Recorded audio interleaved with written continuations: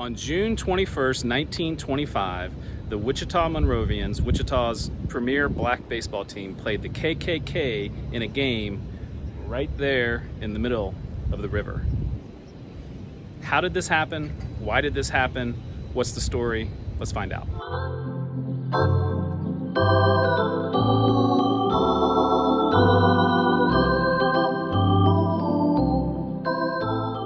Before we find out about the actual game that was played, let's learn a little bit about the Wichita Monrovians and their history. And for that, let's go to where they had their own baseball park.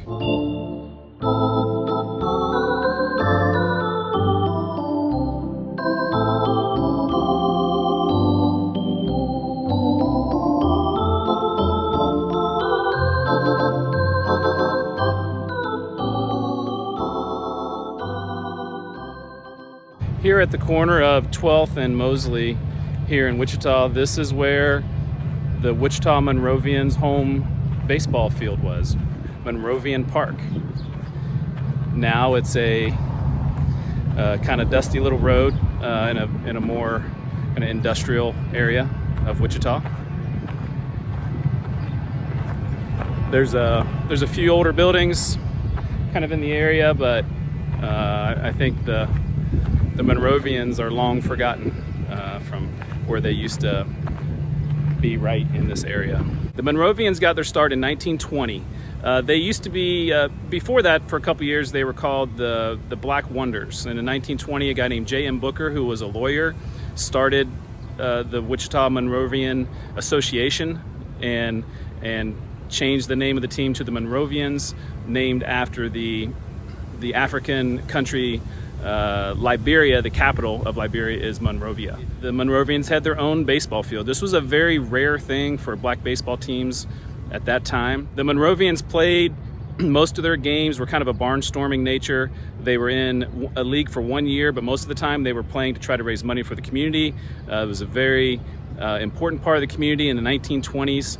Baseball was very significant. There were a lot of different baseball teams in the city, and this is where the population, the black population of Wichita, was centered. And so it was a very important part of the community. They would raise money for different functions, and so that was a big reason as to why the Monrovians existed and why they played so many games. They were in a league in 1923 called the Western League, a league of which they dominated. They went 52-8 in 1923 and were regarded as the champions of the Western League. And so the Monrovians weren't just a team for the community, they were a very, very good baseball team. Even though there's not a field here anymore, not too far from here is Thurman Field, which is part of McAdams Park. It's right next to Barry Sanders Field, another great Wichita legend. But Bob Thurman was an early pioneer of baseball in Wichita. He ended up playing for the Cincinnati Reds in the 1950s, and they've made a field that's a very nice field for the community. And like I said, it's right there next to Barry Sanders Field, and a lot of things to do in that area. And it's real close here to where the original Monrovians Park used to be. Life in 1925 was much different than it is now. In Wichita, there were about 6,000 blacks that lived here, which was pretty much equal to the number of members of the KKK. Things were racially segregated. It was still 22 years until Jackie Robinson broke the color barrier in Major League Baseball. And it was 33 years before the Dockham drugstore sit-in here in Wichita. The Kansas City Monarchs were really the big team in this region. So sometimes the Monarchs would come down here to play the Monrovians in an exhibition game to help raise money, and they would recruit players from the Wichita Monrovians team to play for the Kansas City Monarchs. Baseball was really the main sport of that time. Professional football was just beginning and it wasn't that popular. Basketball, there was no NBA for a long time still, and so baseball was really what brought the community together.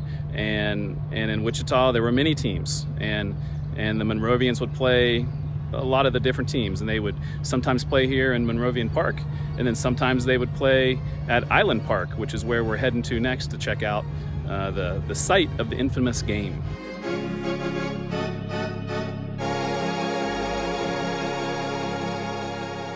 So Island Park, where the infamous game was played, right here over my left shoulder, was actually part of Ackerman Island, and it was a sandbar that split the Arkansas River, as they say here in Kansas, in two. And so the sandbar was in the middle, and it developed in the 1870s and became so significant that Ackerman Island became home not only to a baseball park, but to a amusement park and other venues for entertainment. Wonderland Amusement Park operated from 1906 to 1918 here, and it had the longest roller coaster in the world at the time. Island Park came along in 1912 and was eventually expanded to a capacity of 5,000. And it was here till 1933, and that's when Lawrence Dumont Stadium was built. The sandbar started to flood a little bit too much, and so they moved things from there, and Lawrence Dumont Stadium, just right down the river, was built in 1934. But before that, the National Baseball Congress was started here at Island Park, and something that continues on through today. It's a very significant part of baseball in Wichita. And so Lawrence Dumont Stadium from 1934 to 2018, and then now they've recently built Riverfront Stadium that houses the Wichita Wind Surge, which is the minor league team of the Minnesota Twins. Now let's talk about this crazy game between the Wichita Monrovians and the KKK. June 21st, 1925.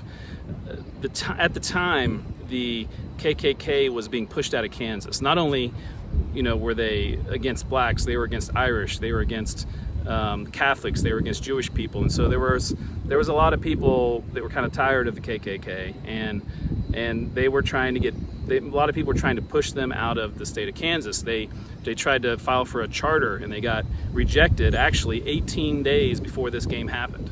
And so they were trying to improve their image in the community, if you can believe that. And they were doing charities and fundraisers for a variety of local things. And they thought playing a game against the Wichita Monrovians would be a way to really help their image. So the Monrovians agreed to play because they were a team that was trying to make money and trying to make money for their community. So they thought this was a way to bring a big crowd and to help financially some of the people in their community. The two teams agreed to play here in Island Park, kind of a neutral site, the home of kind of the main baseball park of the city of Wichita. And the umpires were Irish Catholic, so the KKK agreed to the umpires as kind of them, giving in a little bit, saying that they can work with all kinds of people and trying to show their worth to the community. And in the newspaper, as they were promoting this game to try to get people to come, it was quoted, "There will be no strangleholds, razors, horsewhips, or other violent implements of argument. Those will be barred from the game." And maybe back then it was a little tongue-in-cheek, but probably had to be said. So what happened with the actual game? So once the game got started, it was kind of a pitcher's duel. It was 1-1 through the fifth inning. And then a lot of runs started happening both ways, and the Monrovians in the end pulled out the 10-8 victory. And it was a source of pride for not just the Monrovians, but everyone who was kind of trying to push the KKK out of Wichita. So that's the story of how the Wichita's black baseball team beat the KKK in the middle of the river here in Wichita, Kansas. So if you're ever driving over the bridge on Douglas Street, you look out to the right, you can envision what it was like that day. 100-degree weather in the middle of the summer, and thousands of people watching this unusual yet very historic baseball game in Wichita. There was no place for a lady on a Sunday afternoon, 1925 on the 21st of June. There was 102 degrees, and even hotter in the stands today. The all-black Monrovians beat the Ku Klux Klan.